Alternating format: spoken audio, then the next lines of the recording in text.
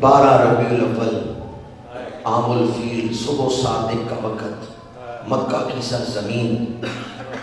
حضرت be be Amna فرماتی ہیں نور کا ایک بادل آیا، اس نے مجھے ڈھانپ لیا. دودھ کا ایک پیالہ پیش کیا گیا، میں نے چند گھونٹ دودھ پیا.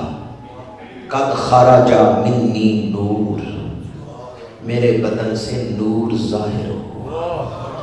اس نور کا اجالا اتنا تھا میں نے مکے میں بیٹھ کے شام کے محلات کو دیکھ لیا.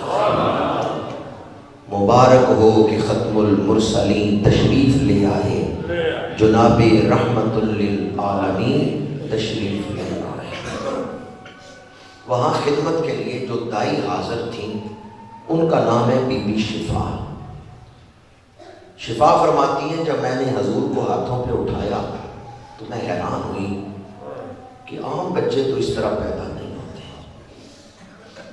ناف کٹی ہوئی ہے، ختنہ ہو چکا ہے.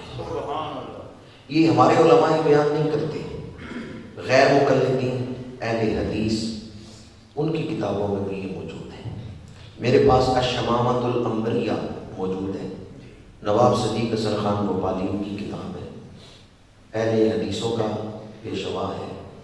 نواب صدیق حسن خان بھوپالی نے لکھا ہے حضور کی ولادت ہوئی، ناف کٹی ہوئی، ختنہ ہو چکا تھا. بہت بڑے محدث محقق علی الاطلاق شیخ عبد الحق محدث دہلوی، انہوں نے مدارج النبوت میں بیان کیا ہے کہ ناف کیوں کٹی ہوئی تھی. اللہ نے حضور کو اپنے وجود کے حسن کی تکمیل میں کسی انسان کا محتاج نہیں بننے دیا. اللہ نے حضور کو کسی انسان کا محتاج نہیں بننے دیا.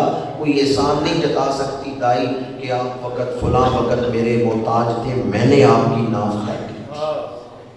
شیخ محقق فرماتے ہیں اللہ نے حضور کو اس شان سے ولادت عطا فرمائی.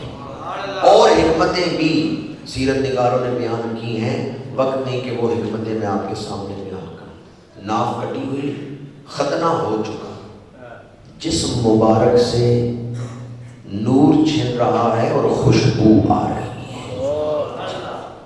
فی عینیہ زعجن، آنکھوں میں سرما لگانے کی ضرورت نہیں تھی، آنکھیں قدرتی طور پر سرما تھی.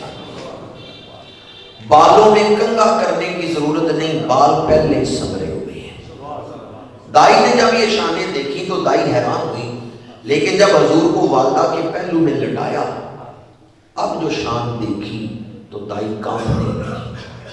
پہلے حیران تھی، ناف کٹی ہوئی ہے، ختنہ ہو چکا ہے، جسم پہ کوئی خون کا ایک قطرہ بھی نہیں، خون جسم چمک رہا ہے اور آنکھیں سرمگی ہیں، بال سنورے ہوئے ہیں.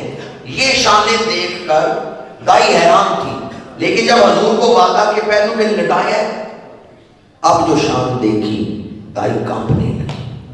وہ کون سی شان تھی؟ حضور نے کروٹ بدلی. ایک دن کی عمر میں عام بچہ کروٹ بدل سکتا ہے؟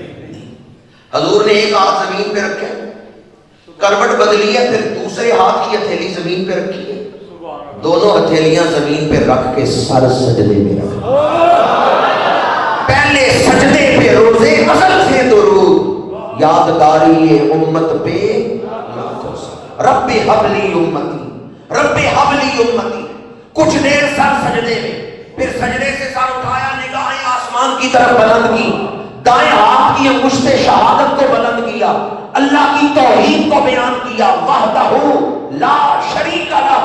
اے دنیا انسانیت کے جھوٹے خداؤ آج خبردار ہو جاؤ، سچے خدا کا سچا رسول آ گیا. انگلی مکے میں اٹھائی ہے، ایران کے محل کے 14 کنگرے ٹوٹ کے گر گئے. لوگ کہتے ہیں کہ ہم نہیں مانتے، ایک دن کی عمر میں حضور نے سجدہ کیا. میں ان سے پوچھتا ہوں آپ کیوں نہیں مانتے؟ کہتے ہیں بچہ اتنا شعور نہیں رکھتا کہ ایک دن کی عمر میں سجدہ کر سکے. میں کسی عام بچے کی پیدائش بیان کر رہا ہوں یا میلاد النبی بیان کر رہا ہوں؟ لفظ نبی پہ غور کرنا ہے. میں نے کب کہا ہے کہ عام بچہ پیدا ہوا اور اس نے سر سجدے میں رکھا؟ میں تو کہہ رہا ہوں جو رب منمانے آئے ہیں نا، جو برہان الوہیت بن کے آئے ہیں، وہ جب دنیا میں آئے تو انہوں نے سر سجدے میں رکھا۔ وہ نبی جو پتھروں کو حکم دیں گے تو دشمن کی مٹھی میں کنکریاں کلمہ پڑھنے لگے، وہ جو پتھر کو حکم دیں گے پانی پہ تیرنے لگے گا، وہ جو